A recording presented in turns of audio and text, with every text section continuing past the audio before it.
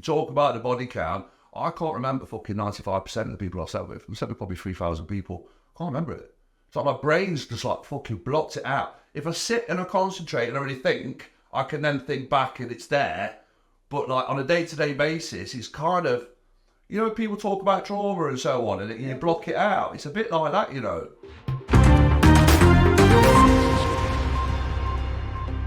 Welcome to Marky Ready Set Go. This week I've got a man that's seen it all. He's done the casting couch, he's lived the porn man dream. He's got up to some naughty stuff and he's had a tough life. But for now, let me introduce you to Candy. Thank you for having me, Mark. Nice to be here. Listen, I'm losing the belly. Okay. Taking yours off. There we go. Right. Okay, you've had a mad life, haven't you? It's been a mad life, mate. Yeah, crazy one. Yeah, 10 lifetimes, mate. We've had 10 lives. I always say to everyone, let's start at the beginning and work right through. So, let's go to little Candy. Well, mate, I'm probably the luckiest man you'll ever meet. I won the lottery several times, yeah. Both my parents were very troubled people, both sectioned, both had attempts on their lives. And my mum died when I was a baby. I was very fortunate to be adopted into a very middle-class family. And that's, I think, the grounding that I've been given, which means that I don't veer too far off the beaten track. I get in trouble, get quite a bit of trouble once, not too much trouble. I can be a bad lad, but not too much of a bad lad. Not a bad lad. Exactly, yeah. Yeah, you know. So that's a massive lottery win for me. You know, I'd rather take that over the Euros, wouldn't you? Every single day of the week. Mum and Dad have been married 50 years. I'm blessed, mate. And that's a positive outlet. Very, very blessed. So, how did they come to find you? Well, my adoptive mum couldn't have children, and so they approached social services. They wanted to foster. I was put with them when I was about 2 weeks old, and they were told that they would have me for just a number of weeks, and 40-something years later, still in their company, under their jurisdiction, and I've got a real tight, very close with my parents, very tight-knit family. My mum and dad are everything to me. They're the cornerstone of my life. I've not got a family, not got kids. I've got a bird, but I ain't got kids.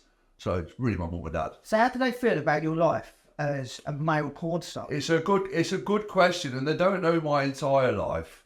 But even though they're very straight people, they've always been very accepting of my life, even though they don't necessarily agree with some of my decisions. But they get it, and the older that they get and the more that they see they're being shafted by this society, this fucking country, the more they condone what I do and the decisions that I make, and they can't kind of disagree with me. My dad was fucked over by the system. My dad went bankrupt, lost a load of butcher's shops. I've been a millionaire once, I've been bankrupt twice, so we've all fucking suffered somewhere, haven't we? So they can't really disagree with how I live my life, even though they would perhaps have chosen a different path for me if they could. Do you know what I mean? Now let's start about how did you get into being a male porn star? Because for women, it's quite easy to break into it. Very. They can put a few ticks online, some of them come get, but for a man, difficult. Do you remember the ad mag? What's ad mag? Do you remember the ad mag? It was like a classified.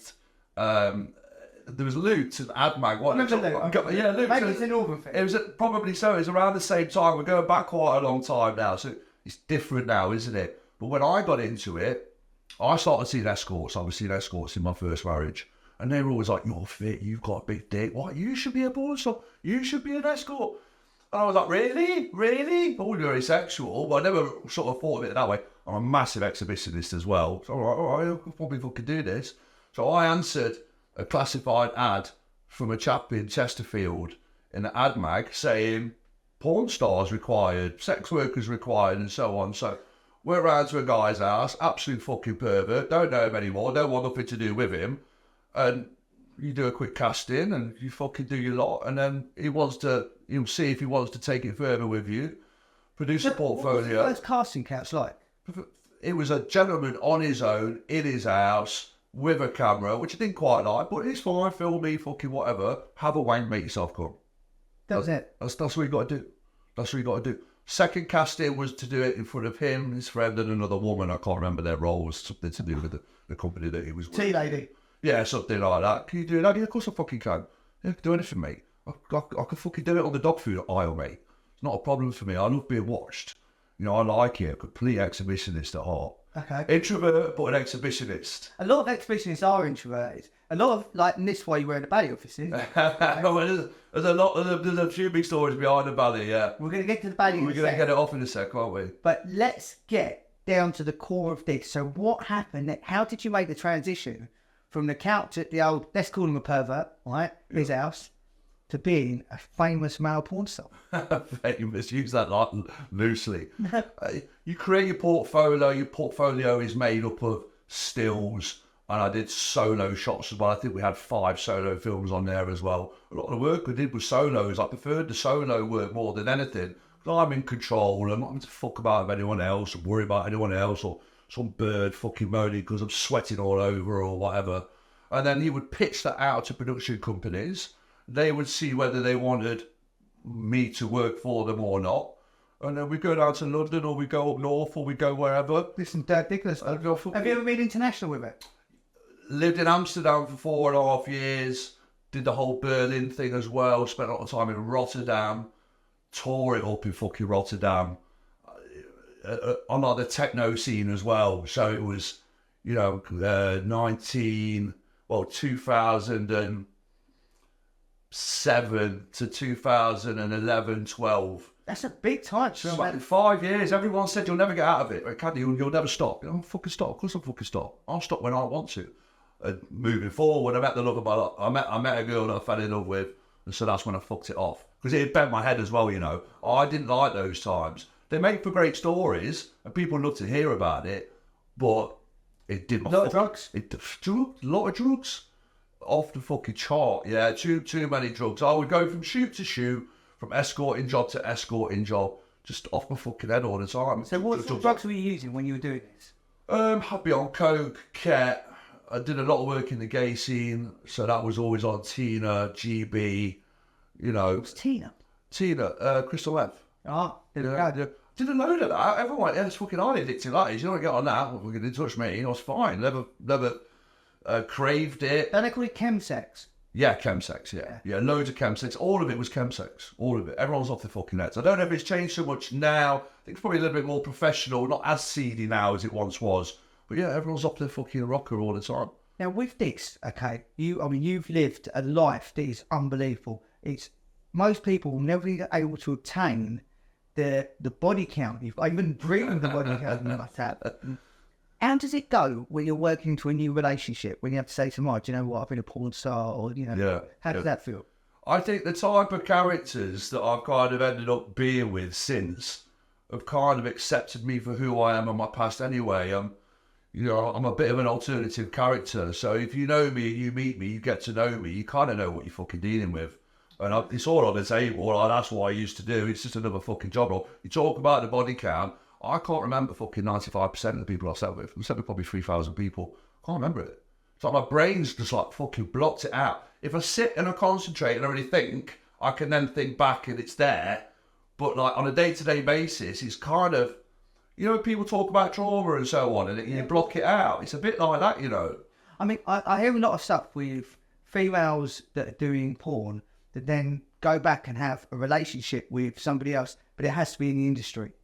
Can you do porn and have a relationship? Yes, I don't see why not. If both parties are accepting and you're completely honest and open and high level of openness, I don't see why not. If both of you are happy with it, there's no reason why not, is there? If you're a fucking narrow-minded person, or if you're both narrow-minded, fucking no chance. It comes down to that at the end of the day, doesn't it? I mean, do you know what? I see a lot of people. I was having a chat with a friend of mine, a pro boxer, and he was having a lot of stress from his relationship, and I was seeing it affect his work, and I had to give him a big pep talk. Now, with this, have you ever been in a relationship and they said, I don't want you to do porn anymore? Has it happened, or is that, No, because I was only in very casual relationships throughout my career, and then after that, I wasn't in it anymore. Met a bird last year. She's in the industry. I was going to move back into it last year. If I was going to go one last fucking shoot, come on. I've still got it. I can still fucking do it. The fucking arsing about to do it, to get back into it. Oh, you need to do a test shoot. Fucking test shoot. You're taking the piss. I don't need to fucking test you. What do I need to do? Got to go down to London, do that. Then I've got to go get a test, go back down to London. I've got to go 3 times into fucking London to actually start shooting to get about 900 quid. So just fucking blew it off. I can't be asked. Now, I'm glad you brought up the test. How is it with sexually transmitted disease? Because a lot of it's bareback, isn't it? Yeah. Yeah. We tested. You got a test certificate within 2 weeks. But now you can get them even instant now. Didn't used to be like that. You're supposed to get it within a week, but you'd have to provide the test certificate within 2 weeks. And then you could shoot. You still run the risk. I've only ever caught chlamydia once with a cam girl who's doing a lot of camming, stripping, camming, fucking done it all. And she gave me chlamydia. She fucking knew she gave it me. I was fuming. I can't work now, can I? Well, fucking at least two to 4 weeks off to fucking get rid of this. But that's the only thing that I ever caught. Most sex workers are very clean because they have to be. Yeah, cool. You cannot afford to be compromised to the point where you cannot fucking work. You've got to be clean at all times. They're very careful. You know, in Amsterdam, they use Prep H, okay? If you don't have Prep H, so basically you can have HIV and it can make it untraceable in your system. You can still become a parent with Prep H. Really? I didn't know this. In Amsterdam, last year, 2023, they had 0 cases of HIV because they're all on PrEP. Is and it? they had foreigners coming in, foreign workers coming in, and I think they're 4 of that. Wow. But yeah, PrEP H. Fucking didn't know that. Yeah, there we go. Yeah, haven't done it. Fucking, I know it's a great fucking cracking podcast to do. Let's fucking learn something about that as well. I talk, things have changed a lot. Things have moved forward, don't they? Yeah, I know. I think it's time to give them the face with it. Let's see the Candyman. There's not much fucking to it. I mean, we'll whip it off. How are you? Nice to see you. There we go. I mean, Candy. Thank you for having me on, mate. Look at this. I've only ever seen him with the baddie on. He did bash his wedding without the baddie on, didn't he? Yeah, Bash's wedding was a sick one, wasn't it? Fucking top lad here. Oh, the Kevin Lane was there. Yeah, top lad Kevin's. Yeah, I mean, he got pulled back to prison, didn't he? Oh, fuming for him. Fuming, writing to him and so on. Yeah, top lad Kevin's. I mean, look, I've got to say this. Go and look on Terry Stone's podcast. The whole of the Kevin Lane podcast is on there, okay, with Terry. I mean, Terry is a great interviewer, amazing. Criminal Connection is easily the best crime podcast in the country. There we go. But this is about you and the things you've done. So what have you done since leaving the porn industry? How's it affected your life? You know, what's happened from that? The reason I got into the porn industry was because the country, society fucking failed me. It's already been bankrupt twice. I had a large recruitment agency. Lost that in the crash in 2008. Bought into the system. What were you working in the recruitment agency? Journalist, commercial, industrial driving. So built it from the kitchen fucking table. Had 4 lads working in a fucking cabbage field in Nottinghamshire. I was there for free, earning fuck all. Built it to 1,100 temporary workers a day. Fucking blew myself up completely. Worked my arse off, 100-hour weeks. Had no life. Didn't see my stepkids. Woulda. And it collapsed in the crash and someone owed me over £1 million, and I invoice factored through HSBC Finance. I owed the bank the dough. Someone went to administration on me. All of a sudden, I'm now trading insolvent. Can't even touch my fucking bank accounts. Can't sell no fucking cars. Can't access anything. So I was like, fucked. I lost my house, lost my marriage, lost everything. Laid off 30 permanent staff, 1,100 temporary workers. Quite a good story, actually. Let's go. It's a fucking belter of a story. So I supplied a firm called Bomford's, which is a food production company, one of the biggest in the UK. And they were based at Atherstone on Stour, just outside Stratford upon Avon. Knocked on the door, tried to get in for 6 months. Can't get in. Got licensed by the GLA, which was the Gangmasters Licensing Authority. Do you remember Morecambe Bay with the cockle pickers? My family from Morecambe Bay. Big shout out to my name and granddad. They're dead now. Bless. God bless. I've had many a shitty summer's day on that awful fun fair. Really? It was going to fall apart. Really? Yeah, terrible. You know, and the winkle pickers. Oh. Well, a lot of people lost their lives that day, didn't they? And so they introduced new legislation. It was called the Gangmasters Licensing Authority. I was the first, and I was just setting up my agency at this time. And I was the first agency in East Midlands to be accredited by the GLA. They offered me a job in the end. I wanted to fucking work for them. I don't like auditing. I fucking hate it. I couldn't do it. So they recommended me to Bomford's because Bomford's had a big issue with gangmasters and people filling people in because they're not worked hard enough and chopping their fingers off because they're not fucking worked hard enough. Yeah, basically, they call it human trafficking. Basically, well, that's what you call it now, yeah. They were called gangmasters back then. Yeah. So they brought me in and we just fucking scaled it. £12 million a year business, fucking blew up. Didn't really have a lot of time to spend the money, to be fair. Just working. Well, I should have seen this coming. I'm annoyed at myself. I don't know why I didn't plot this, because it goes without saying that the wage bill that the client was paying to gangmasters was substantially less than they were paying to me, a run-of-the-mill generalist agency with all the fixed overheads and so on. Should have seen that coming. But they fucking wanked that along for about 18 months, so they just kind of made the figures work. When it came down to it, and the payment terms were always 4 weeks in advance, invoicing 200 grand. 30-day payment sounds 28 days, and we were invoicing 200 grand a week. And by the time it bounced a couple more invoices and questioned invoices, it was at 1.1 million quid. HSBC were like, hold on a minute, it's a fucking problem. I'll never forget the financial director from Bolford's contacted me on a Friday. He said, Candy, someone will contact you on Monday to tell you how you're going to get your money back. And I knew straight away then they go to administration. Deloitte were appointed. I got £36,000 back out of 1.2 mil. Fucking didn't even see any of it. I had to drive all the way to fucking Worcestershire to find out I got fuck all from that as well. I knew I wasn't going to get anything. But the big story behind that one is that Bolford's had taken a lot of lads on temp to perm to try and cut their wage bill. And they were taking them temp to perm, but then they didn't pay them. So the temps would come to me and go, Candy, I haven't been paid. And I'll be like, fuck you perm now. I'll go and have a word with HR. I don't know what's going on. Next week, they went, if we don't get paid, we're going to burn the fucking building down. I was like, I didn't think anything of it. Next fucking week, I'm sat at home in Nottingham, Sky News, all over fucking Sky News. This building is alight just outside Stratford-upon-Avon. Fire service have turned up. Fire service have been told that my temps are asleep in that building. I had no one on night shift. There was no one in that building. Fire service went in, fucking roof collapsed, didn't it? How did you die? 3 firemen died. It was the worst fucking, you can Google it. It was the worst fucking day in the fire service in decades. Get goosebumps. It's a terrible story. I'm sure it still affects people's lives. So didn't you get charged for that? No one got fucking charged for it. Temps fucking set fire to the building. You're going to pay us? Yeah, fuck you. We'll set fire to your building. The company went under. It was at the same time that they were bouncing invoices on me. Whole thing fell to pieces. I had the Daily Mail outside my fucking house. I'm watching it on Sky News. I can't actually believe what's going on. I had to go to the inquest for the fireman. So not only was I losing everything at the time, more importantly, people had died and I had to give evidence and so on. It's a fucking traumatic time. Did they get you in for the manslaughter? No, because I've not done anything. It was wrong information. My temps weren't on site. I didn't have anyone on site. And the place was like a fucking labyrinth. Think of the biggest Asda that you know. Yeah, times that by 10. Put little corridors everywhere. Fill it full of smoke and fire. And send strangers in fucking breathing apparatus and get them to try and find people. Unfortunately, the roof collapsed and people fucking died. We've got a friend of mine coming on here, a guy called Jack McGee. He's a fireman. He's unbelievable. This guy...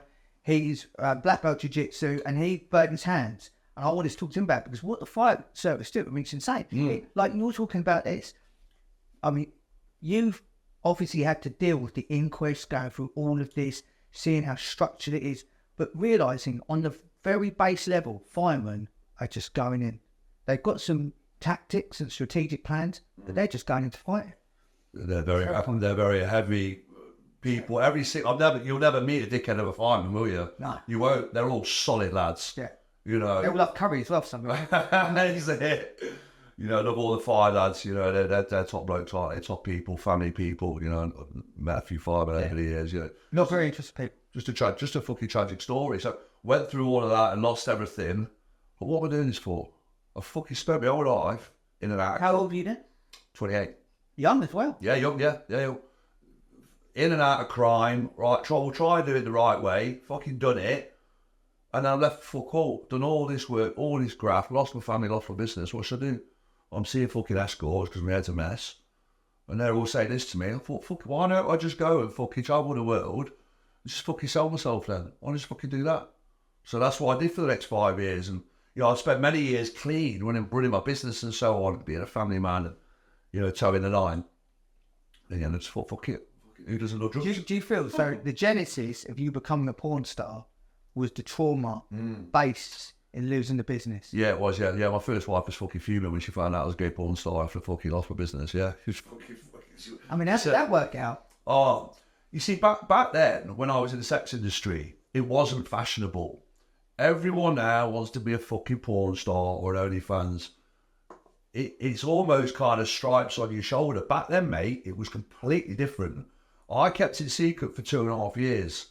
I didn't tell a fucking soul. When it came out, she was one of the ones that outed it, and another girlfriend outed it as well. I was publicly shamed and humiliated, laughed at in the street. You know, my name was dog shit. You know, I got a lot of bad press from it. It's not like it is now where you're fucking high-fiving. I did it when no fucker did it. You know, it's totally different back then. That was a bad time for me. Who doesn't want to be publicly humiliated? Fucking, it's not very nice, is it? To go through. I've had several times in my life with different things and so on. Not a very nice thing to go through, but you fucking reap what you sow, don't you? So cracked on and did it for another couple of years, and then just fucking exited. Right, on that note, we're going to take a little break, say thank you to our sponsors. Go and have a look at this. Pow!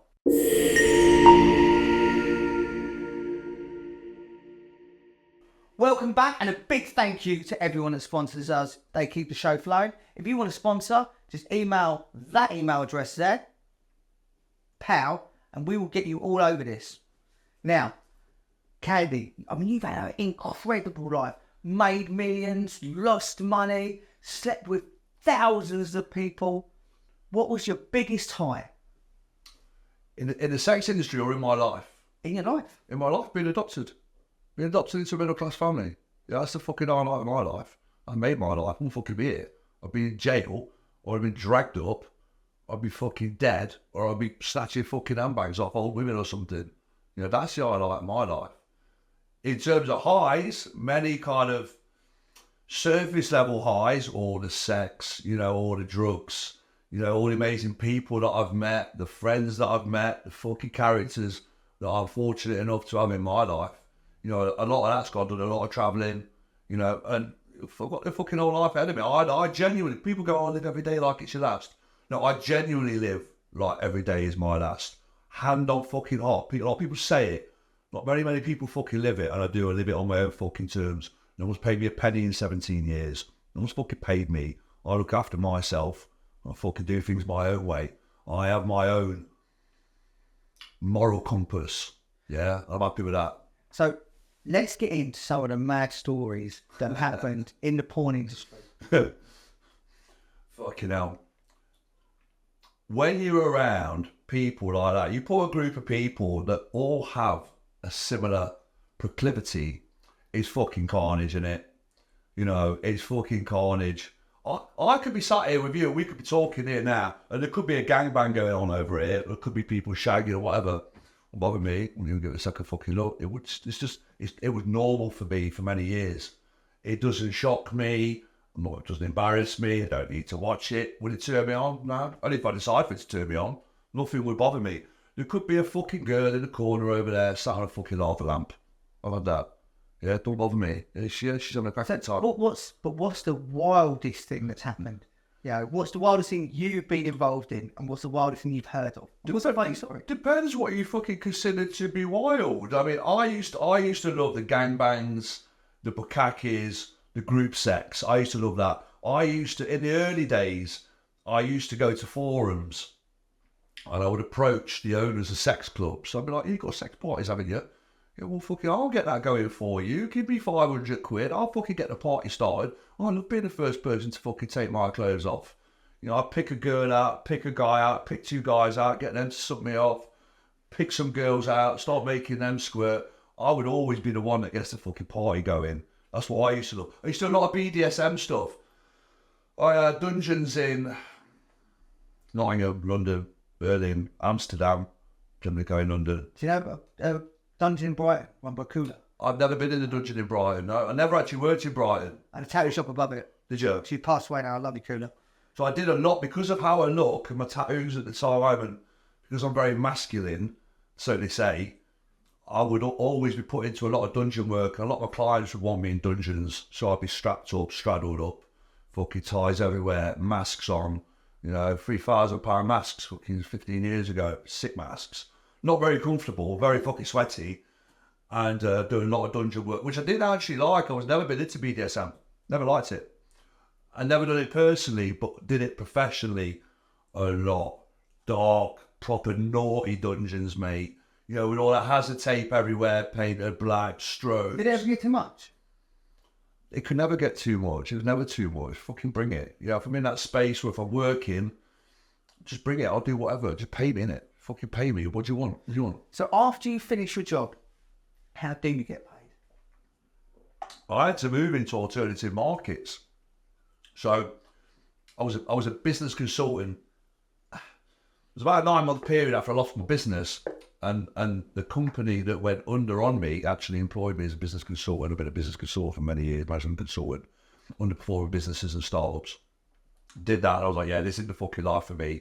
Working grand a week at a time, it ain't enough money. Certainly not enough money compared to what I've been used to. So that's when I just fucked it off and went and got into the sex industry.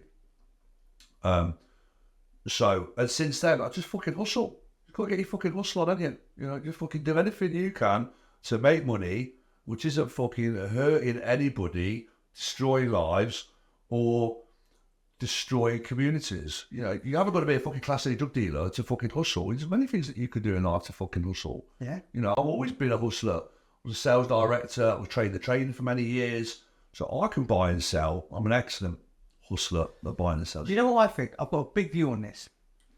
I've you know, lost money before and come back. You know, I've been homeless twice, and I fought my way back. Every single time, no matter what, the drive gets me to the next bit. And I have people say to me, how do you do it? And I think, you just get up and do it. I don't know how I do it, absolutely. Just fucking get up. It's come to cerebral frontal cortex, right? I think I've blown mine out, okay? Right. You know, I don't seem to have a don't do that button. Mate, I always go, I say yes to everything. Yeah, let's go. Yes to everything, mate. The answer's always yes. Yeah, let's go. End of. Unless something really fucking goes in my belly and I go, hold on.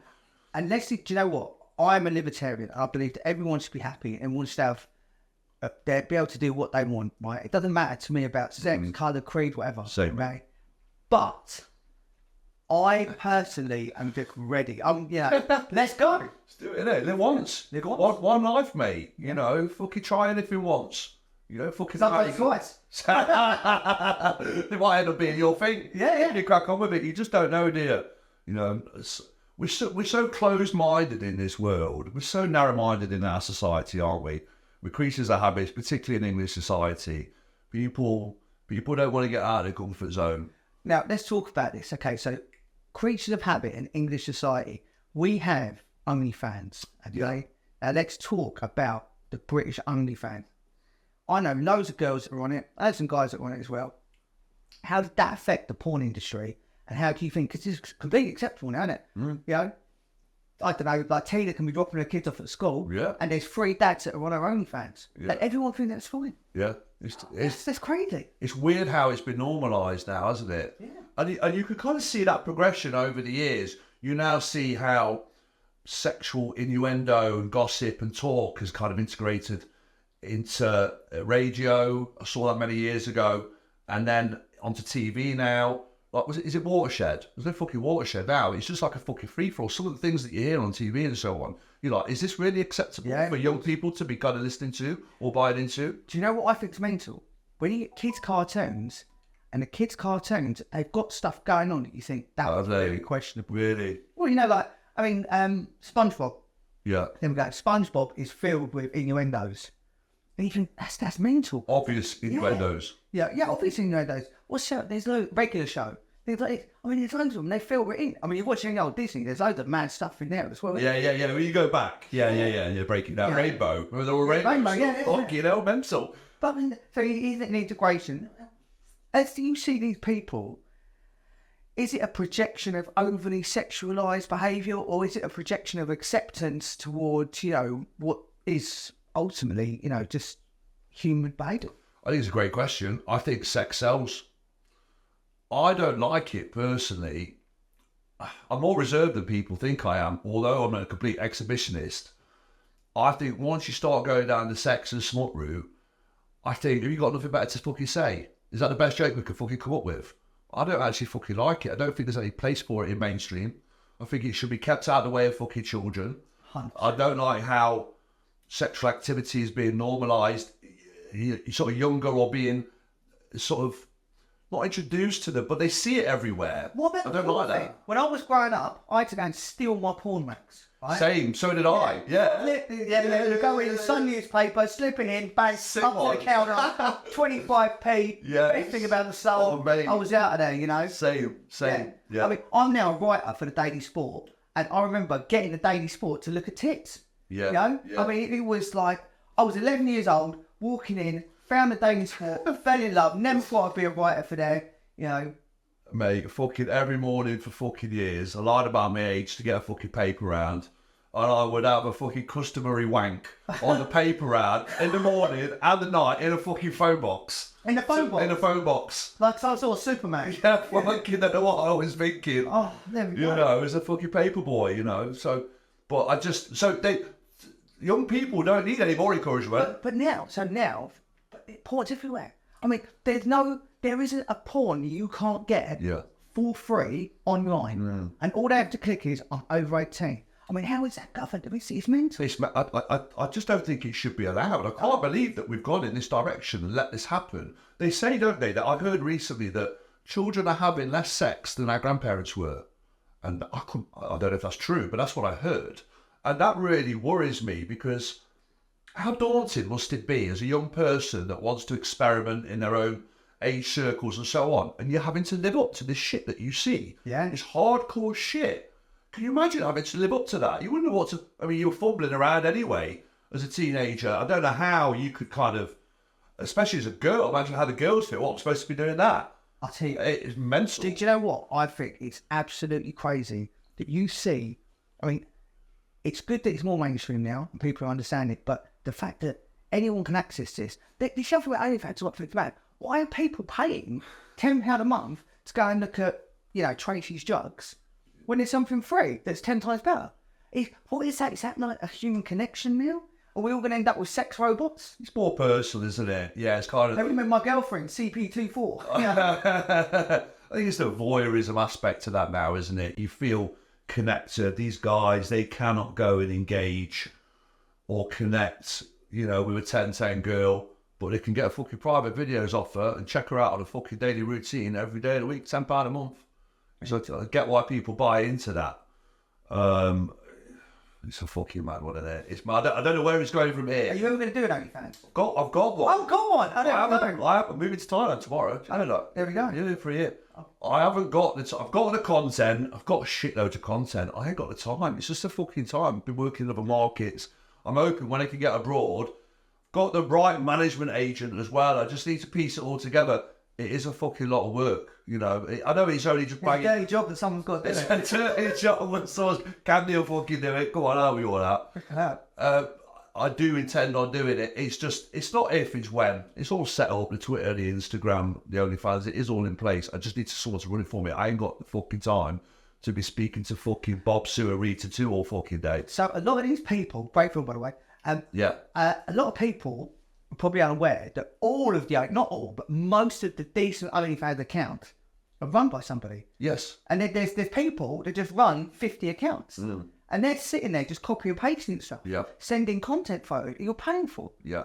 So there's no actual real connection. I mean, maybe on a lower level, but as soon as they start ascending into some big figures, it's, you know, it's just a bot. I mean, it'll be an AI bot next. But that's happening now. Yeah, I know the management agent. I know they're now doing AI, and it's proper, real, personal. So you wouldn't fucking think that it's a bot. You think that it was fucking you or me on the other end of it. I'm like, that's mad. How can they tailor it so personal? I mean, I don't really understand it. I don't, you know, I'm not. I mean, AI is mental. AI, the future, the whole world now is going to be generated by AI. In Japan, they've got AI CEOs of companies. Fuck off. Real. Really? How? AI, What, decision making, taking responsibility and all of it? Check this out. This is a real thing. I've got a very close friend of mine, the most intelligent person I've ever met, Rue. Big love to you, my man. So Rue is he's an editor, film director. Yeah, he's incredible. The guy's a genius. I go to him when I want to ask him tech questions, right? He helped me set this up. He's an amazing guy. When we were there together, he was showing me stuff with AI. The progression of AI is so fast, okay? It is terrifying, okay? It is incredible how quick AI has ascended. Now, from 3 years ago to now, where is it going to be next? And it's terrifying. Do you know AI can beat hacks? What do you mean? Right, we're just going to have one quick word from our sponsors. Back in the set.